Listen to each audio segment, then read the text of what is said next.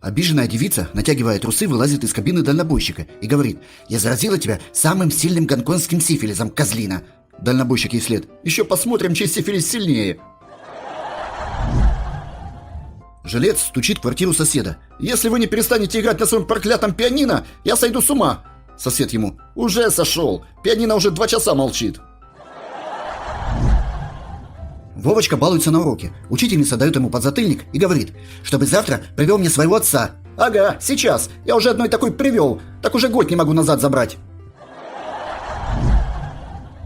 Один мужик мучился бессонницей. Как-то раз в очередную бессонную ночь явился ему джин и говорит: «Вот понравился ты мне, мужик, проси, что хочешь, все исполню, за просто так».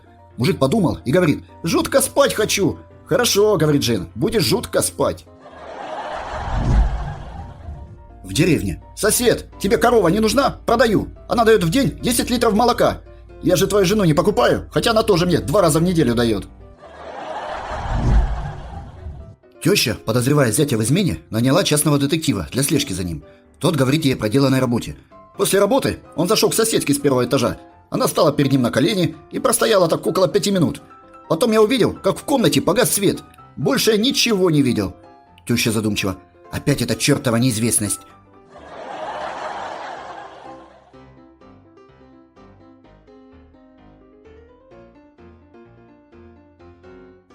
All right, everyone's presentations are done. Nick, the manager, said as he tried to move the discussion forward. Excuse me, I haven't. I recently found out something. Nick interrupted me and began to speak.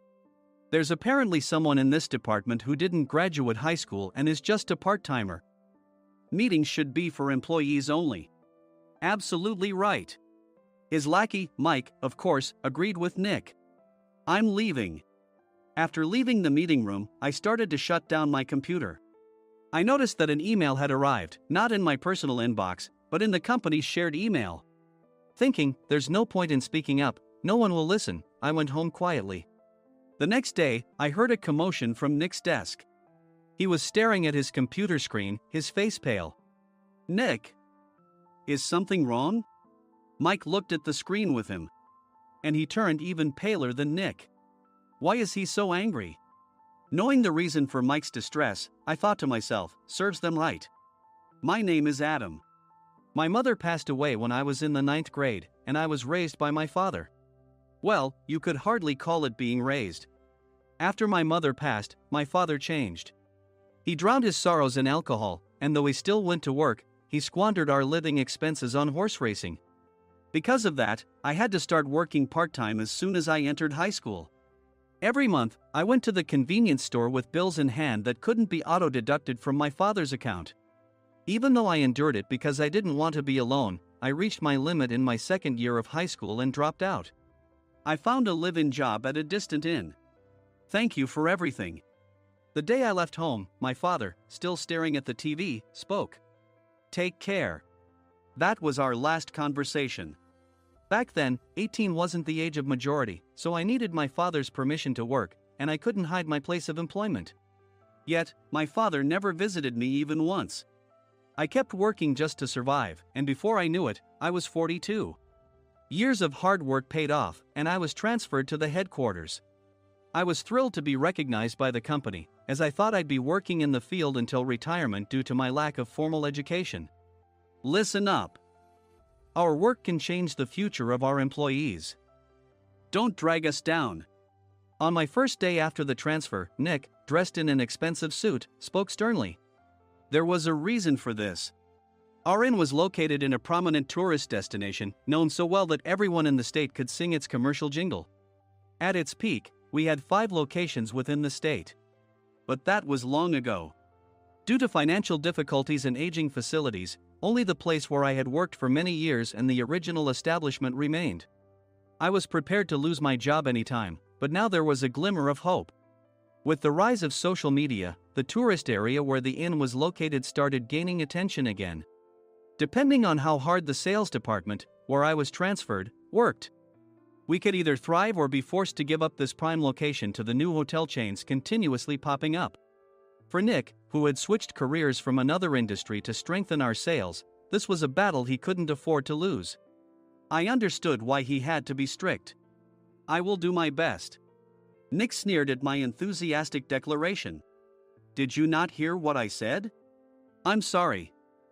I thought I was listening carefully. Out of habit from years of customer service, I apologized reflexively, though I had no idea what had offended him. Someone was watching me with a smirk. In this department, there are those who are expected to excel and those who have been shoved here because they have nowhere else to go. You are the latter. It was Mike, the section chief. He's 7 years younger, at 35. But he was called to headquarters much earlier than I was and had been moving around within the headquarters ever since. I'm not jealous, but I can't accept that he's my boss. Graduating from a prestigious university, he has an unusually high pride and caused many problems as a newbie, making things very difficult for me when I was the front desk leader. When I found out Mike was transferred to the sales department a month before me, I was disheartened. Mike is right. With just a middle school diploma, there's not much you can do. Don't even think about achieving results. As if I didn't exist, Nick remarked, I'm thirsty. Mike eagerly ran to the coffee maker. It seems Mike is Nick's lackey. I regretted being happy about my transfer to headquarters, wishing I had stayed on site forever. Send a direct mail to every company on this list by the end of the day. Nick only assigned me tasks that even a new graduate could handle. What? There are over 1,000 companies. You want me to send to all of them by today? Yes, if you and your fellow misfits split the work, even those with nowhere else to go should finish by today. I glanced at the employees typing away expressionlessly. They were worn out from customer service, only thinking about leaving on time, or were women reassigned after having children, with zero motivation for work. Even Sam, a new graduate from the same university as Mike, who was supposed to be among the expected achievers, had no enthusiasm for the job, having joined the company wanting to do customer service. I don't care what they say, I plan to quit anytime, he said. Only Nick and Mike were highly motivated, making all the decisions between the two of them. I originally only wanted to work at the inn to survive and had no particular attachment to this job. I swallowed my words, thinking I had no right to reprimand them. About a month after the transfer, Nick told us with a frustrated look. To commemorate the 50th anniversary, we've decided to create a plan exclusive for one group per day. Originally, Mike and I were supposed to come up with it, but our president, Mr. Thompson, insists on hearing everyone's opinions. So, you all get a chance. As Nick explained, Mike began handing out prints.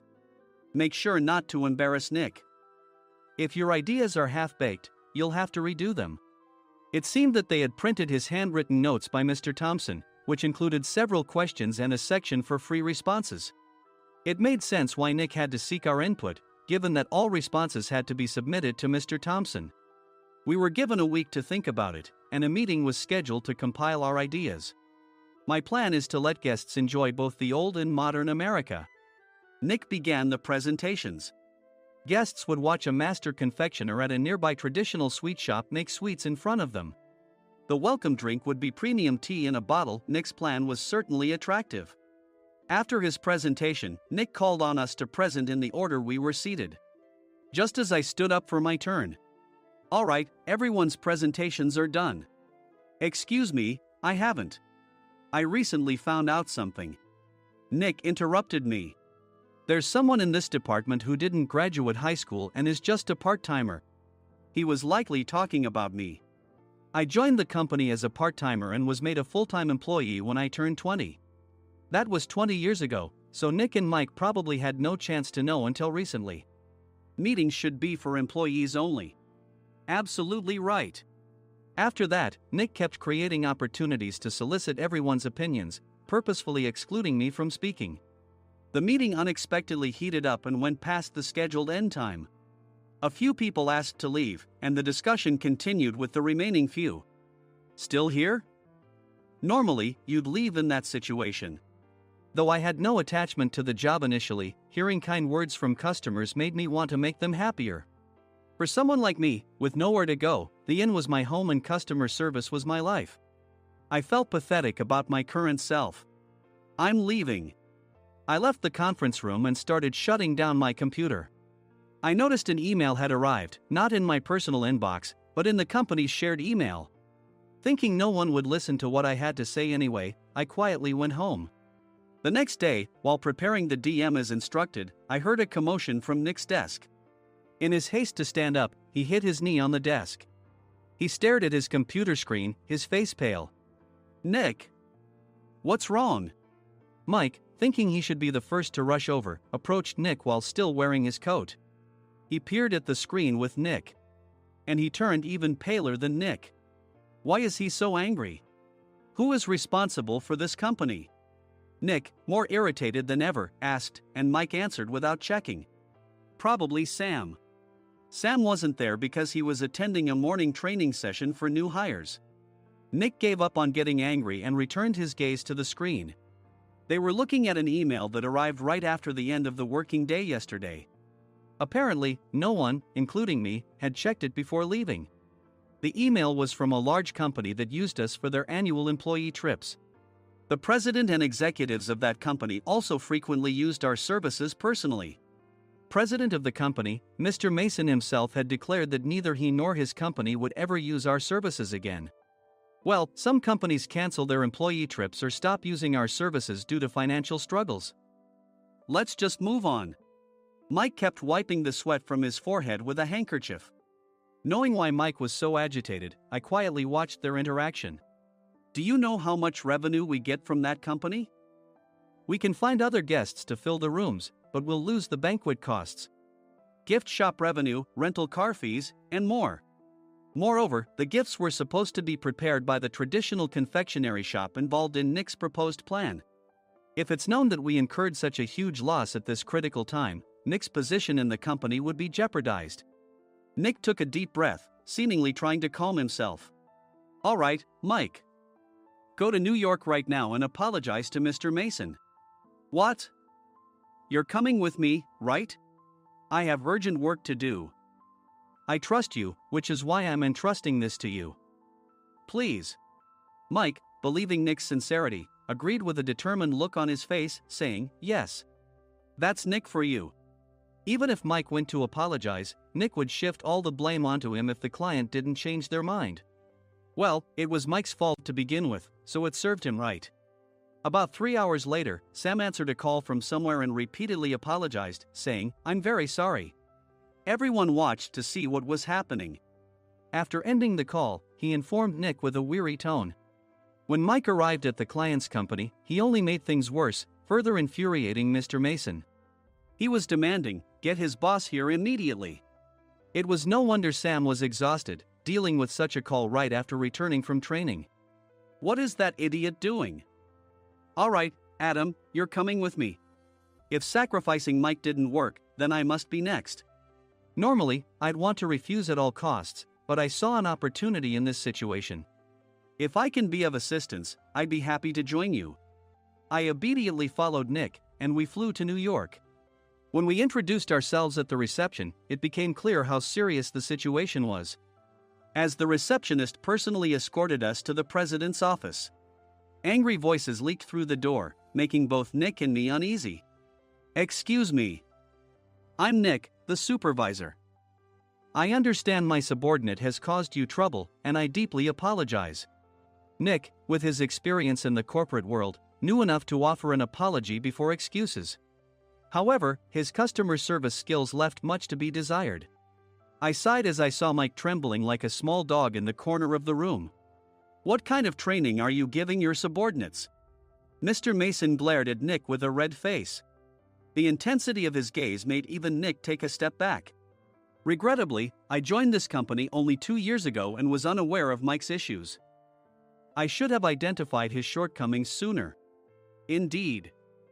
I should have realized sooner. No sensible person would come to apologize and then give a lengthy presentation on the drawbacks of not using their in. Nick froze, his mouth slightly open.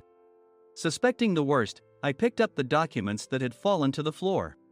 It seemed Mike hastily prepared these documents on the plane, listing the disadvantages.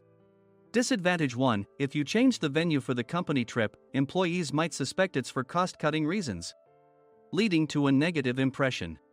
Reading it aloud half-jokingly, Nick snatched the papers from my hand and checked the contents with a furious expression.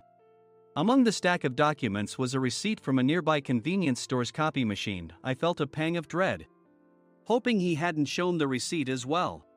What do you think he said when I asked what kind of nerve he had to do this?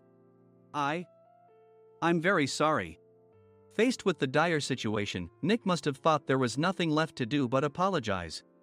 In a voice smaller than I'd ever heard from him, he uttered words of apology. He said, "I'm a Harvard graduate. I don't believe I said anything wrong." Mike! What have you done? Forgetting his plan to pin the blame on Mike, Nick yelled loudly, even in front of Mr. Mason. "I didn't do anything wrong." "You're still saying that? Look at him." Mike pointed at me with a shaking hand. "I was assigned to headquarters in my 20s and now I'm a section chief.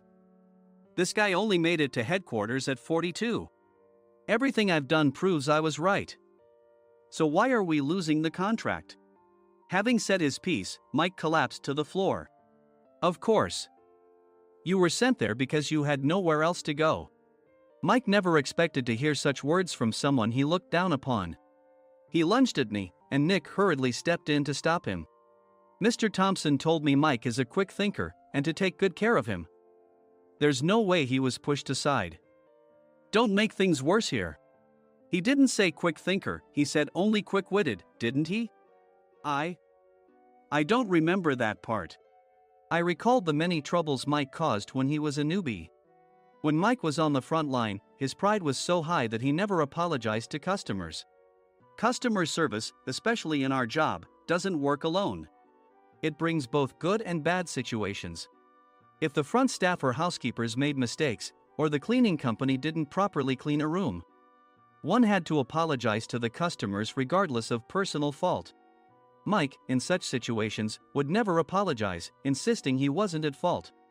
This often angered customers, and as the front desk leader, I frequently had to apologize on his behalf.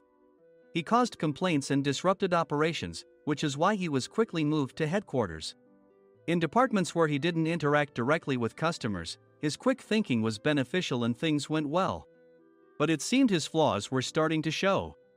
Corporate reservations are supposed to be entered into the system by the sales representative. But a quick check yesterday revealed that more than 10 items were missing from the client's reservation. The handover document clearly stated what needed to be prepared. Why didn't you enter it into the system? Why do we have to give them special treatment? Filling rooms near the banquet hall, setting up all the food in advance. Specifying the brand of wine, they're too demanding. No wonder he always angered customers, I thought, feeling a headache coming on. Grouping them in rooms near the banquet hall is for our benefit too. It makes it easier for the staff to set up beds and serve breakfast since everyone's schedule is synchronized. As for the other requests, Mr. Mason suggested them to lighten our load. I didn't know that. Nick finally seemed to realize that Mike was the one who had angered the client. What did you say to them? I just told them we wouldn't give them special treatment anymore. We shouldn't waste effort on things that don't bring in money. I was utterly exasperated at his lack of understanding of customer service. Of course, we shouldn't comply with unreasonable demands.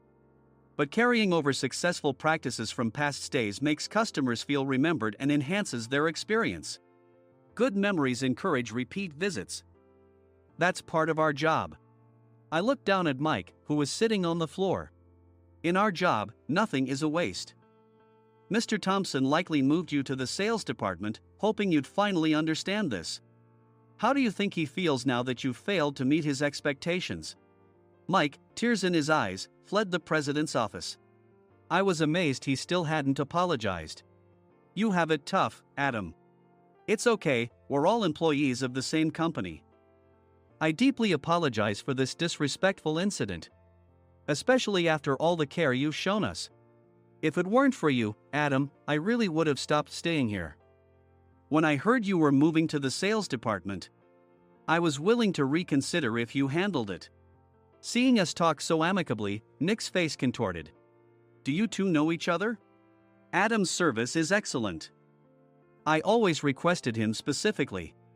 Normally, we don't accept specific staff requests, but we made an exception for Mr. Mason, adjusting my shifts accordingly. He had personally stayed at our hotel just before my transfer, and during casual conversation, I mentioned, "I'm moving to the sales department soon." If I hadn't told him then, things could have been much worse. Please continue to take care of us. I look forward to it. On the return flight, Nick awkwardly offered me a can of beer. It's still working hours. Of course, I had no intention of forgiving him for a single beer. Nick might try to pin everything on Mike and avoid any consequences. While pondering this, a startling fact came to light. "Nick, the tea bottles for the plan have arrived." I handed Nick a bottle labeled with our inn's name. "They look good." "What are you talking about?"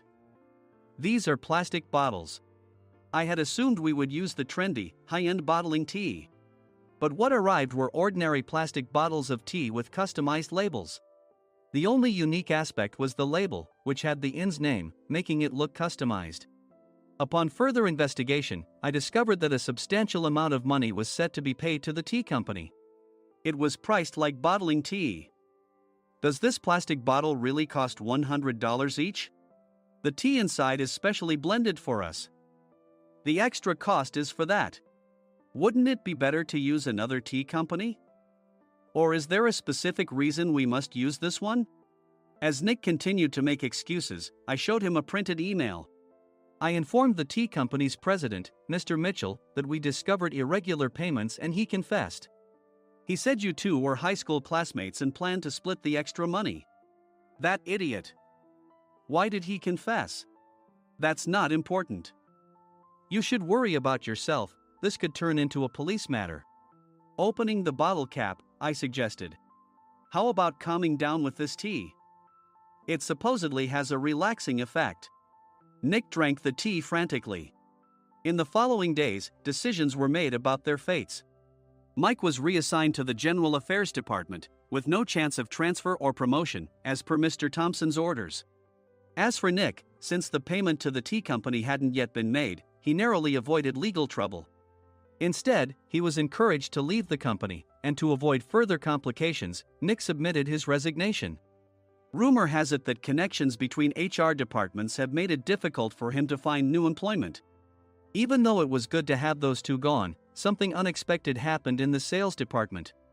Everyone became motivated and united in refining the 50th anniversary plan. In the end, my plan was adopted. We collaborated with the Tourist Information Center to provide personalized guides. The plan, tailored to the number of guests, was truly special for the 50th anniversary. "Hey, is Adam's family coming to stay?" I immediately booked that special plan for my family. Sam noticed it on the reservation list and quickly picked up on it. "Yes, I'm inviting my father." "That's great. I might invite my parents too." I lacked the courage to face my father just as Adam. But here, with the confidence Mr. Mason praised, I felt ready. The 50th anniversary plan was a perfect opportunity to reconnect with my father. I hoped to bring back the days when we could laugh together as we once did.